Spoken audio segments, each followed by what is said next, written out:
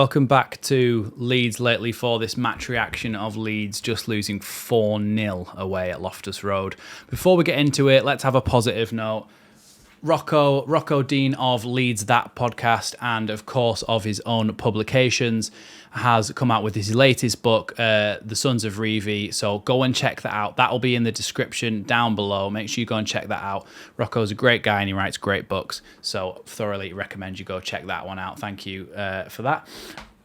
Let's talk about the bad thing now. The bad thing. Leeds have just lost 4-0 away at QPR in a game where really we thought, all right, this is a game you can go and win and then put the pressure on Ipswich to win their games because this is a very winnable fixture. Of course, Leeds are going to win it. No, it doesn't turn out that way. Leeds lost 4-0.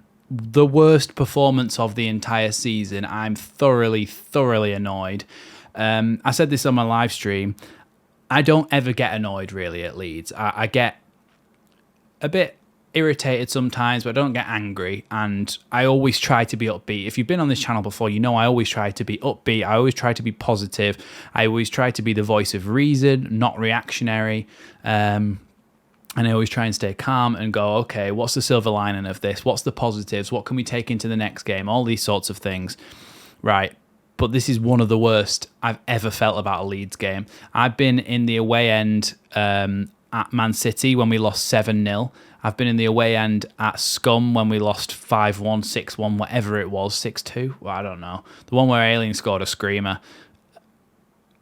And they didn't feel as bad as this because you were expected not to beat those teams. You're expected to go, okay, well, Man City have got a nation state's worth of wealth behind them. Man United have got some world-class players. They can punish you, especially if you play an attacking brand of football like we did. This was QPR. This was QPR away at Loftus Road. One of the worst home records in the entire division, QPR. Yes, they were playing for their survival, but not really because they were already quite far out of things. And Leeds are playing to get promoted back to the Premier League. Leeds are playing to stop Leicester getting their automatic promotion. Leeds are playing to stop Ipswich pipping them to the post. Leeds have gone out there and played the worst 96, 100 minutes probably with all the added time of football they've played all season in arguably the most important game. And honestly, I don't know who the blame lies with because let's start from the start. Farke got it wrong in terms of he's gone for the same tactic he went for against Middlesbrough, which is to sit back and let Middlesbrough come onto you. And obviously we conceded a load of goals in that game. So you'd think, okay, well, you go into the QPR game. QPR aren't as good as Middlesbrough. Middlesbrough were trying to push for playoffs, right? So you go, okay, well, maybe you take the game to QPR. Even if it's at Loftus Road, you take the game to them because they are not as good defensively. They're not as good at home. So you go and play football and you go and take the game to them. No, we didn't do that. We sat back and they scored a goal and then they scored another one in the first half. The first one is the catalyst for everything going wrong, but I think you could tell that the game was going that way before that even happened. The first one was very unfortunate because, yes, there was bad defending. The midfielders weren't tight enough to Elias Chair as he cut inside, but when Rodon did the right thing and tried to get the block on it, it actually took it away from Meslier and put it in the corner. Meslier saves that, 100%, I believe that. He saves that if it doesn't get deflected off Rodon. So that's very unfortunate. And of course, we go on to then concede another one. And then Farke doesn't change anything at half-time. Joel Peru had one of the worst games I've ever seen a player have in a Leeds shirt. Everything he touched, there's a reason I call him trampoline feet. Everything he touched bounced off him, doing, in every direction, comes off to a QPR player every single time. Then you've got people scapegoating Meslier. Meslier is the last line of defence. He's not the first person to blame. The goals come from someone giving the ball away in attack. Then QPR come forward and the midfielders for Leeds aren't tight enough or they don't mark the right passing lane. Then it comes to the defenders who they get pulled out of position or they block something into their own net or it's a litany of errors. It's always multiple things that cause this. It's not just Meslier should have saved that. It's, okay, but somebody else shouldn't have made that mistake earlier. Joe Rodon shouldn't have given the ball away 46 times in the game. Aimlessly, Joe Rodon tries to pass the ball forward towards a forward, any forward. He doesn't mind which because he doesn't aim. He just plays it towards the forwards. Up that pitch, he just goes that way.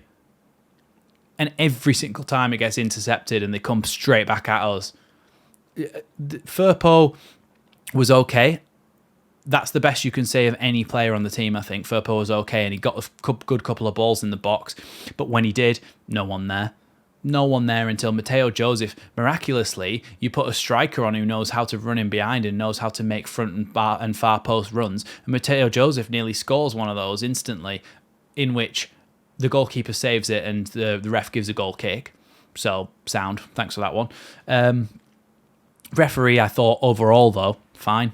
Fine performance. He was okay. Nothing wrong with him. Leeds, though, we've only got ourselves to blame. Daniel Farke set us up badly, poorly, I think, in my opinion. When we moved the ball faster, about 5-10 minutes after half-time, we were like, all right, well, we're looking like we're actually going to create something here. And then it died off again, and then it just went silent. We brought on Mateo Joseph, a little bit changed.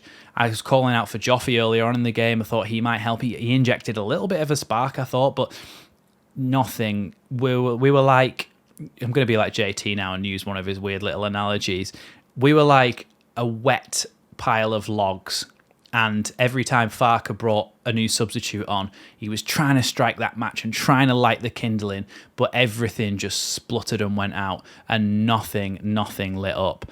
And that was just a story of the evening in a game where you go, okay, you've got to go out and win this. You've got to go out and win this. We didn't lay a glove on them. How on earth did we not lay a glove on 17th place QPR, who, yes, you've got to give them credit. Let's talk about QPR for a second. You've got to give them credit. They played very well. They did play very well, and they were able to get forward and score their goals. They scored 4 goals, for God's sake. They played well. But we allowed them to play well by sitting deep. And what I don't understand is, what I do not understand is, why you would play a certain way for 42 games of a season and then suddenly decide that you were going to play a low block when you've been an attacking team for the entire season. Like, what goes through your head to suddenly go, okay, why are we now playing a low block and inviting teams onto us when nobody knows how to play that way? Hence, we've conceded 7 goals in the last 2 games. We've been absolutely battered away at QPR. And now, Ipswich have the chance to completely get away from us. The only way that we still go up in the automatic spots is if we beat Southampton, so we end on 93 points. Ipswich have to lose 1, win 1, draw 1, or worse. That's the best that they can do, and us still get promoted. So they have to lose 1, win 1, draw 1 of their last 3. It's not an impossible thing, but I think they just win 2 and lose 1, or win 2, draw 1, something like that. We've thrown it away because it was in our hands. All we could do is beat QPR and beat Southampton, and now we've given ourselves an absolute mountain to climb. In fact, we haven't. What we've done is we've taken it out of our hands and just gone, oh, there you go, Ipswich. If you win your games, you're promoted, well done. And if we go into the playoffs, believe me now, I'm saying we don't even make the playoff final. Over 2 legs, we lose because our form has gone down the pan, and I just don't think that we even make it to Wembley. So that's how I'm feeling right now at the moment. This is obviously reactionary. It's obviously straight after the game, and maybe when I've calmed down a little bit, things will go a bit differently. But that's all I can say about this game. I've talked for 10 minutes. We barely talked about individual players, really, but everyone was bad. Everyone was bad. No one had a good game. Nobody had a good game. The less said about it, the better. We've got to move on now. Hope that Ipswich don't win their games, but like I say, it's out of our hands. Thanks for watching Leeds Lately, and I'll see you in the next one.